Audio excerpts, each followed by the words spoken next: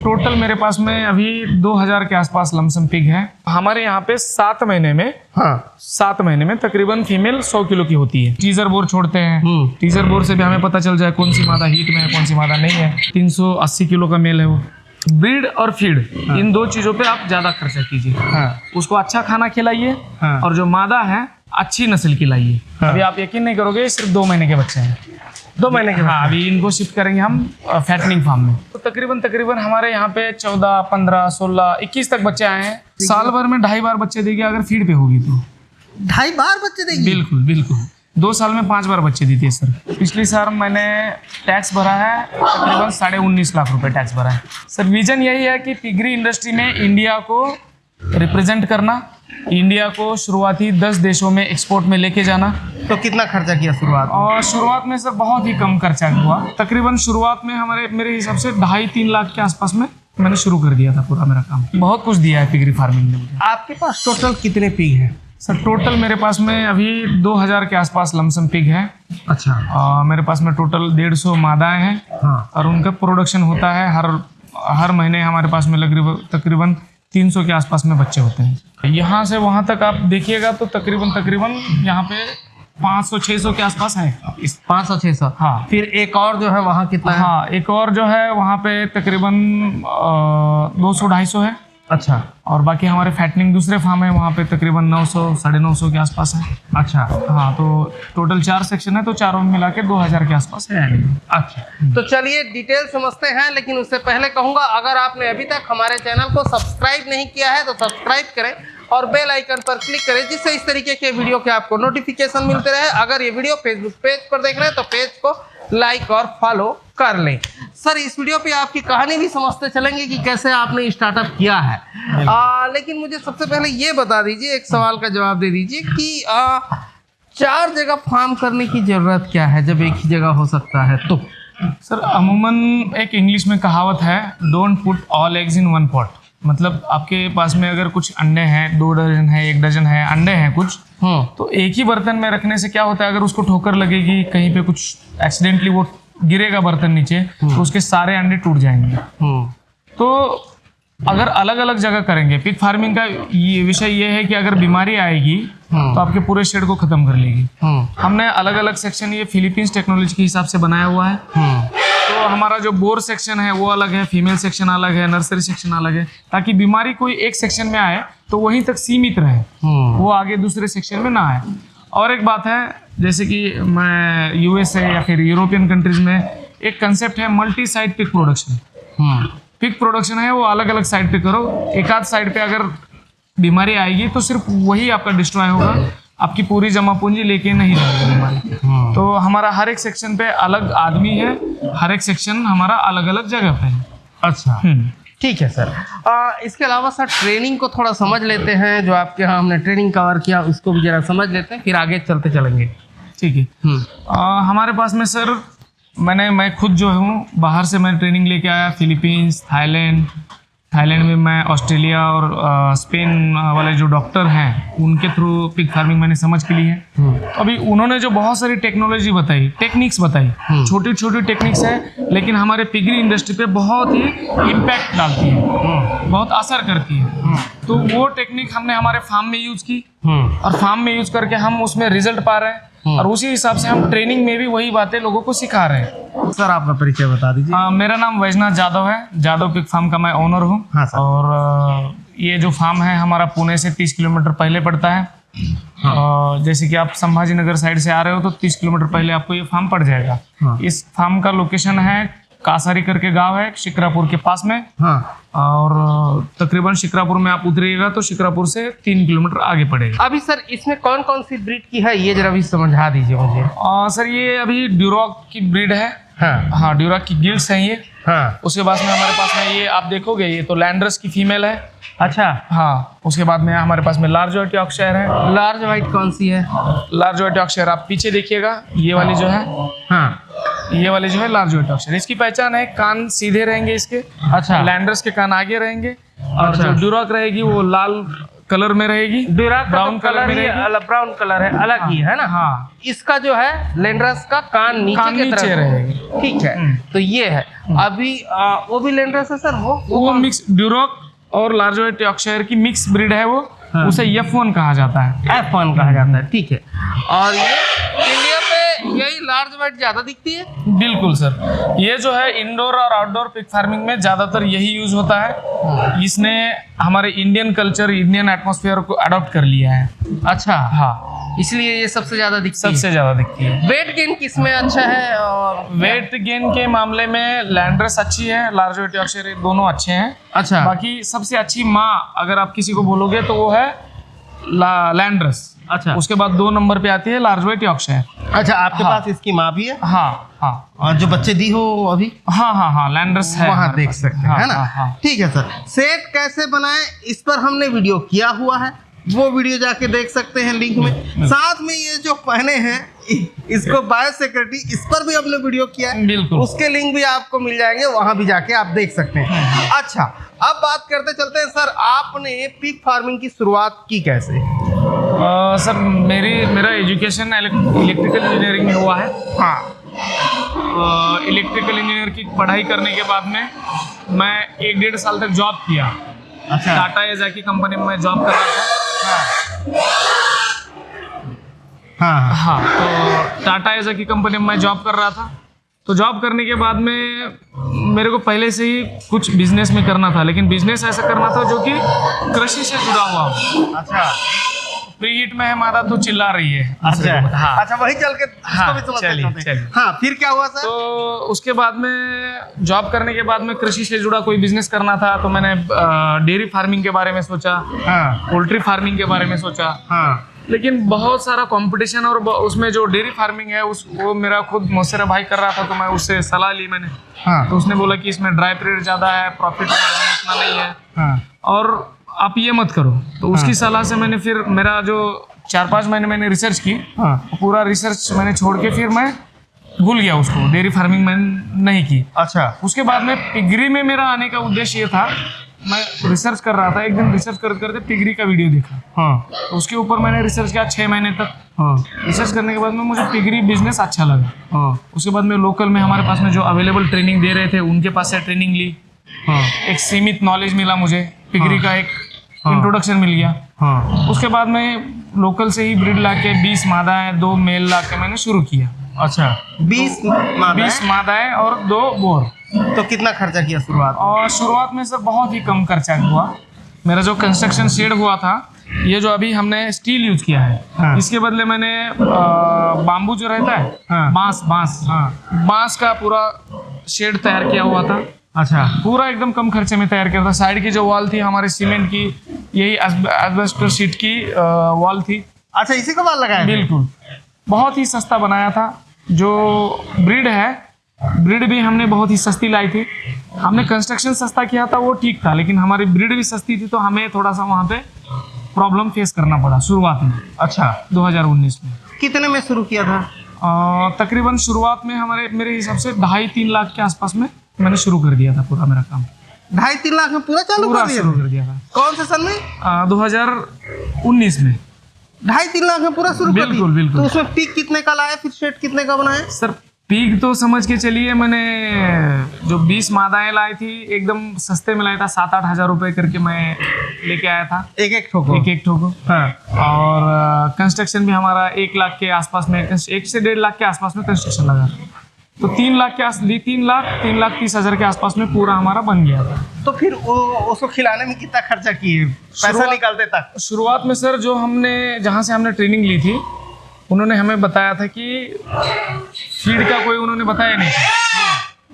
इसको हमें तब तक यही पता था कि ये जो जानवर है होटल वेस्टेज खा के पल जाता है। हाँ, तो हम उसको वही खिलाते थे, होटल वेस्टेज या फिर हरा चारा, ये सभी खिलाते थे। हाँ, 6 महीने बाद ही पता चल गया कि ये फायदेमंद नहीं है, हाँ, क्योंकि उसका रिजल्ट जो बच्चे दे रही है, 3 बच्चे 4 बच्चे। हाँ, उसके बाद में हमने हरियाणा पंजाब से फीड लाना शुरू किया। हाँ, हरियाणा पंजाब से फीड लाना शुरू किया, तो उधर से फीड लाना कॉस्टली पड़ रहा था हमको, हाँ, क्योंकि महाराष्ट्र में उस टाइम पे कोई फीड की कंपनी अवेलेबल नहीं थी जो फीड अवेलेबल करा सके। हाँ, तो महंगा पड़ रहा था, लेकिन फिर भी हमने फीड को ही फर्स्ट प्रायोरिटी थी।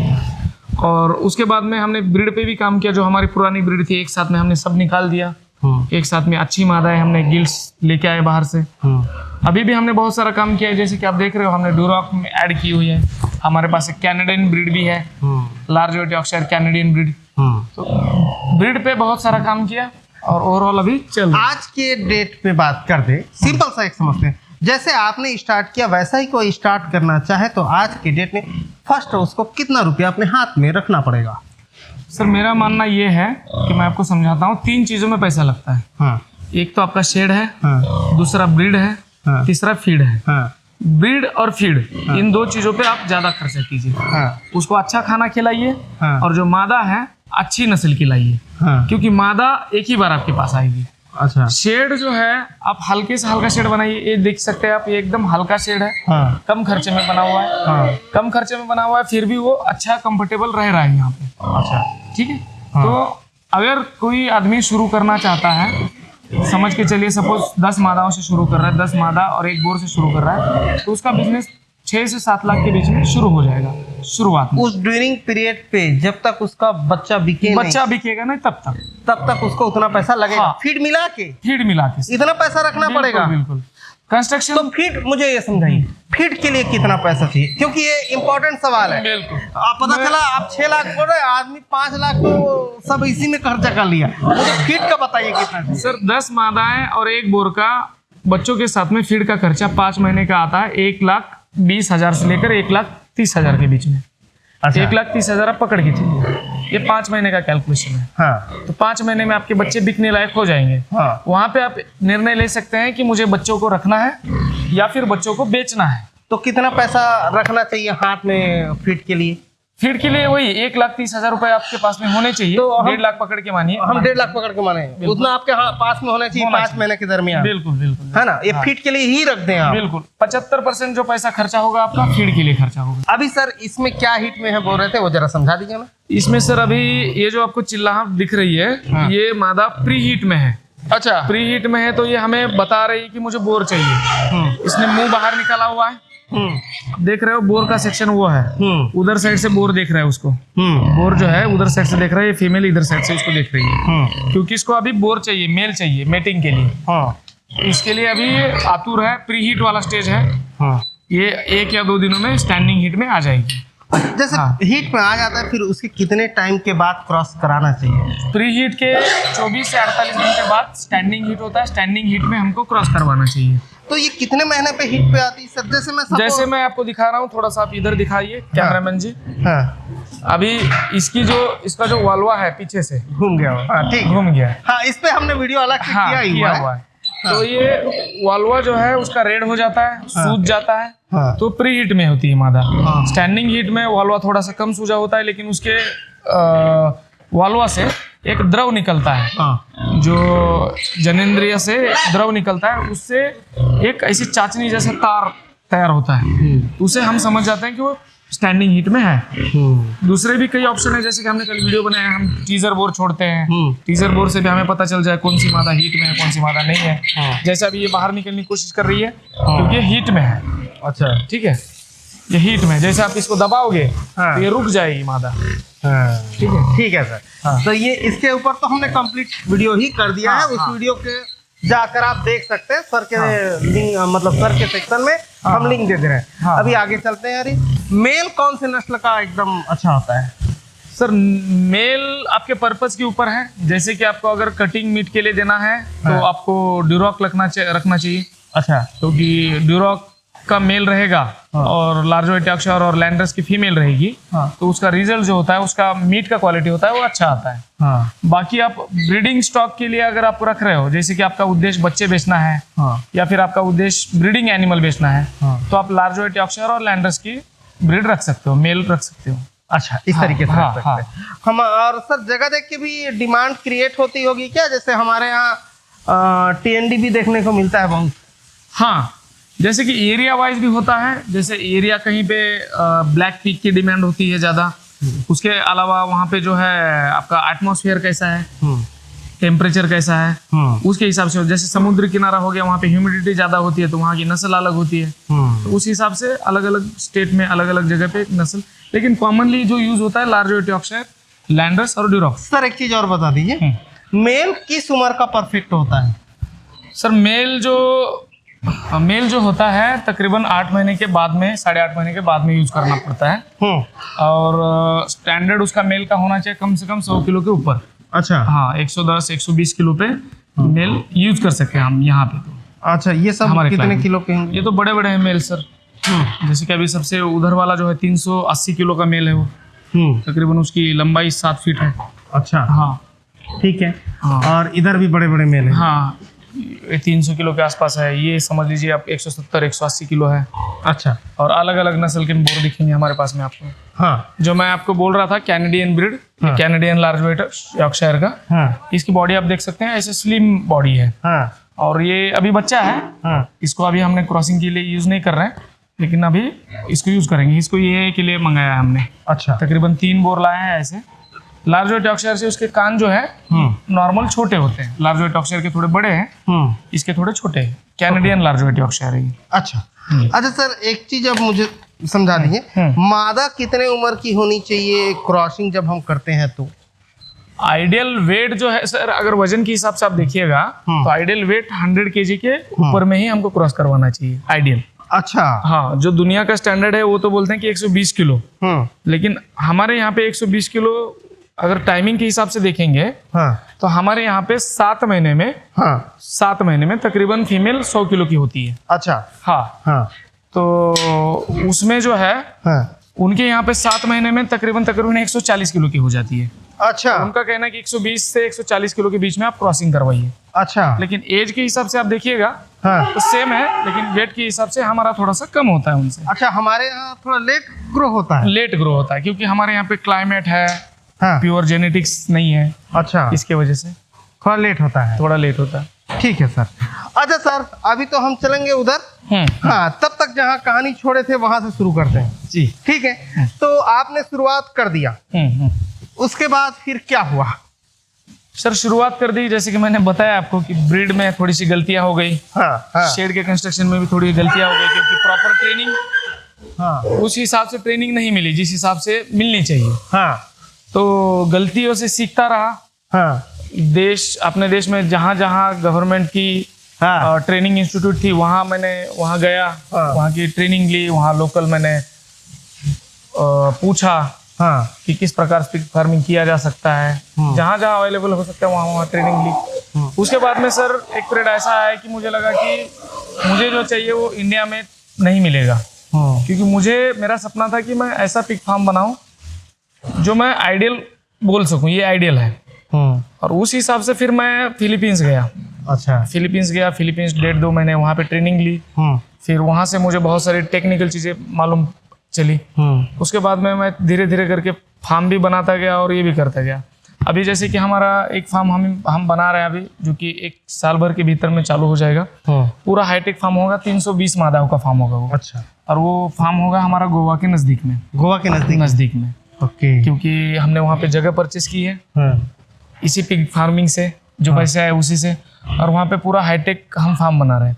जैसे कि मैंने आपको बताया कि इससे पहले हम जनवरी में चाइना भी जा रहे हैं। चाइना जाने का उद्देश्य यही है कि वहाँ से हम पूरा मैपिंग लेके आएंगे फार्म, जो हाईटेक फार्म है उसको बनाने के लिए, और पूरा डिजाइन करके वहाँ से इक्विपमेंट लाके हम बनाने वाले हैं पूरा। अच्छा। हाँ। और इसमें क्या है सर? इसमें सर मादा ही है, जैसे मैंने बताया कि अच्छा। यहाँ पे कुछ मादा है, वहाँ पे कुछ मादा है। इसमें भी मादा है? हाँ। अच्छा। अभी आगे ये वॉशिंग शुरू है, इधर का धोना शुरू है, तो अभी ये 2 शेड धोने बाकी है। अच्छा। हाँ।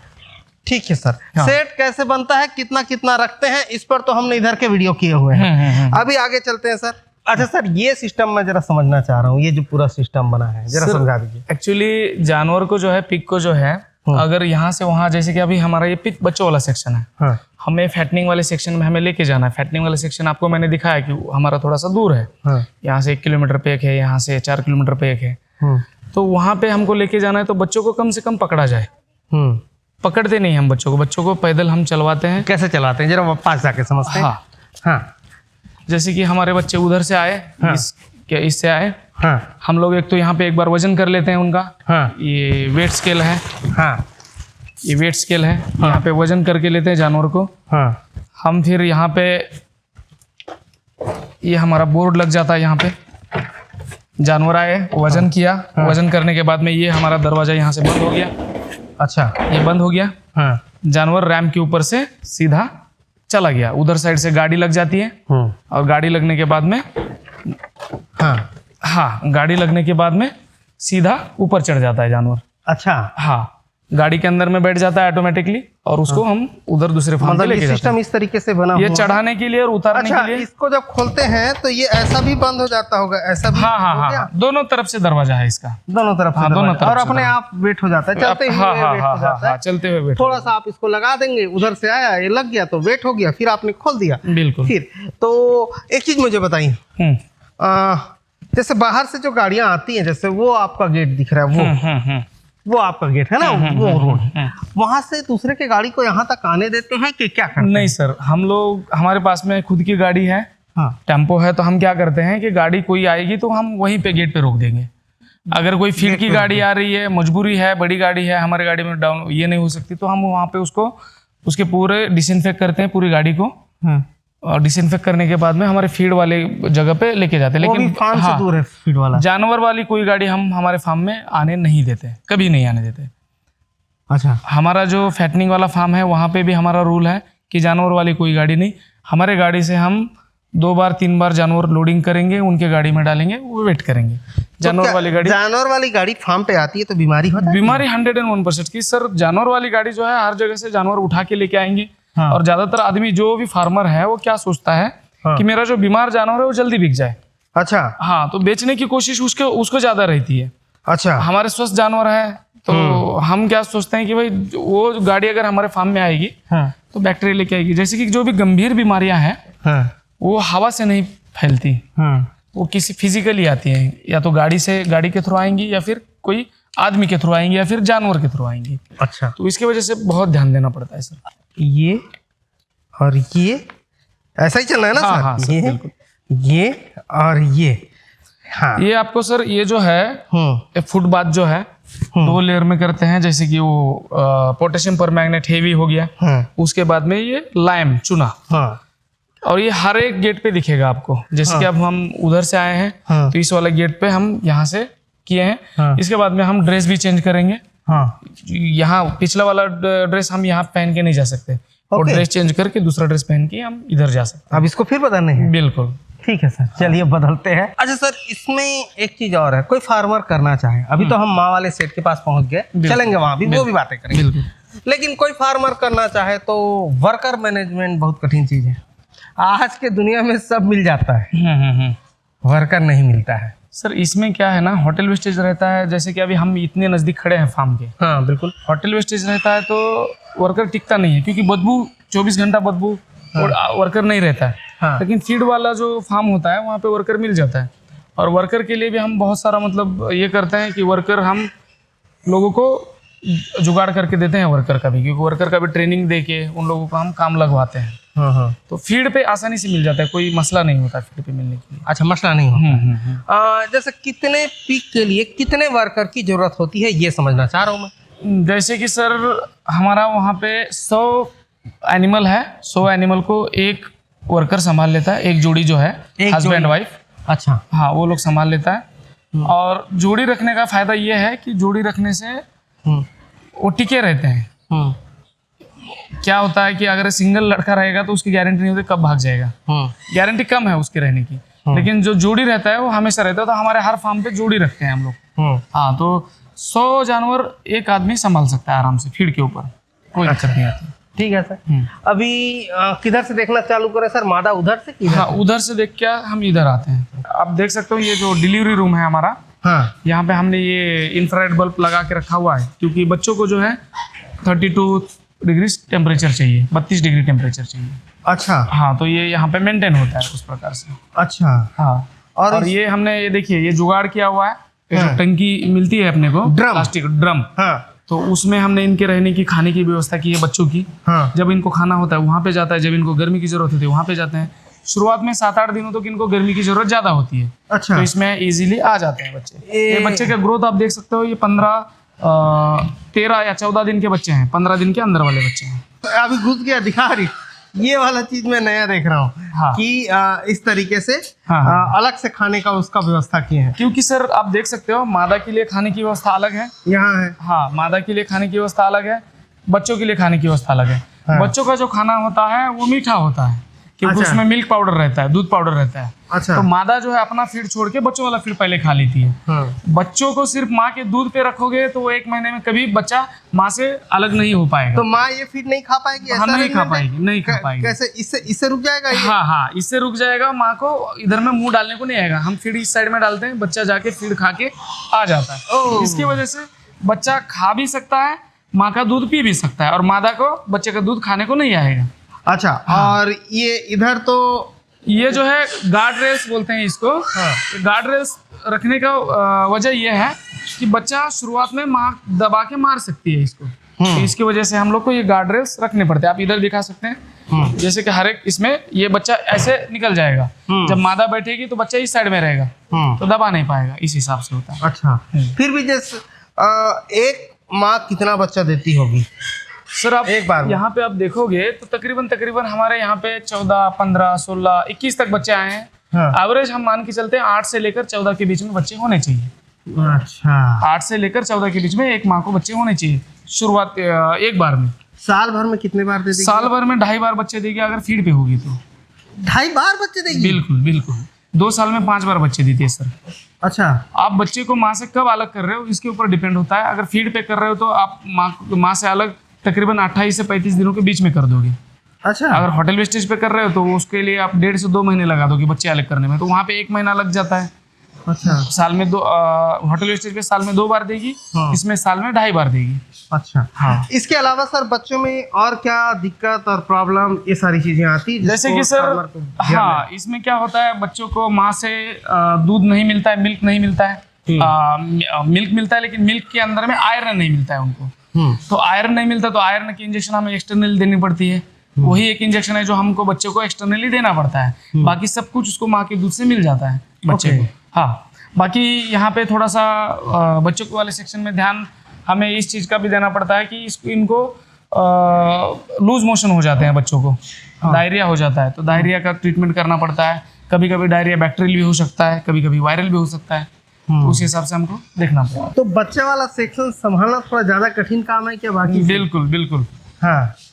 अच्छा। बच्चे के सेक्शन को संभालना थोड़ा ज्यादा कठिन काम है। बिल्कुल सर, क्योंकि यहाँ पे चैलेंज होता है बच्चों को बचाना। है। हाँ, तो बच्चों को, हमारे जितने बच्चे आए हैं उन सबको बचाना ही हमारा चैलेंज होता है। अच्छा। हाँ, अच्छा, ये एक चीज और बता दीजिए। बोलिए। जब बच्चे को माँ से अलग करते होंगे तभी दोबारा हीट पे आती होगी? बिल्कुल सर। जब तक बच्चों को शांत रहती होगी नहीं, हीट पे नहीं अब आती? नहीं आती। अभी जैसे कि ये बच्चे हैं, हाँ। ये अभी तकरीबन 15-20 दिन के बच्चे हैं अभी। हाँ। अभी कुछ और दिन 10-12 दिन रहेंगे, उसके बाद में इनको माँ से अलग कर दिया जाएगा।